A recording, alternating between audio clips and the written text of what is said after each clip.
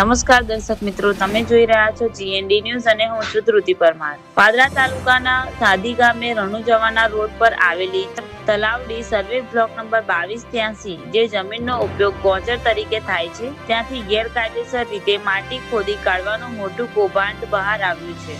મળતી વિગતો મુજબ સાદી ગામના સરપંચ શ્રી અંજનાબેન ભૂપેન્દ્રભાઈ પટેલ તથા તલાટી કમ મંત્રી શ્રીની કથિત મિલીભગતથી આશરે 1500 જેટલા ટ્રેક્ટરની ટ્રોલી ભરીને માટી કાઢવામાં આવી હતી. આ માટી રોડ પર આવેલા પૂર્વ ભારતીય ક્રિકેટર યુસુફ મહેબૂબ પઠાણના ખેતરમાં નાખી ખુલ્લો ભ્રષ્ટાચાર આચરવામાં આવ્યો હોવાના આક્ષેપો થઈ રહ્યા છે. સૌથી ગંભીર બાબત એ છે કે આ માટી ખનન કરવા અંગે ખાણ ખનીજ વિભાગ કે મામલતદાર શ્રીની કોઈ પણ પ્રકારની લેખિત પરવાનગી લેવામાં આવી નથી. સ્થળ સાંદી ગામ, રણુ રોડ, પાદરા તાલુકો, છાયછર તલાવડી, સર્વે બ્લોક નંબર 2283, ગોચર જમીન. તલાટી કમ મંત્રી અને સરપંચ અંજનાબેન પટેલની મિલીભગત પ્રમાણ આશરે 1500 ટ્રેક્ટર ટ્રોલી ગેરકાયદેસર માટી ખનન. પીડી રોડ પર આવેલા ક્રિકેટર યુસુફ પઠાણના ખેતરમાં ખાણ ખનીજ વિભાગ કે મામલતદારની કોઈ લેખિત મંજૂરી વગર ખનન.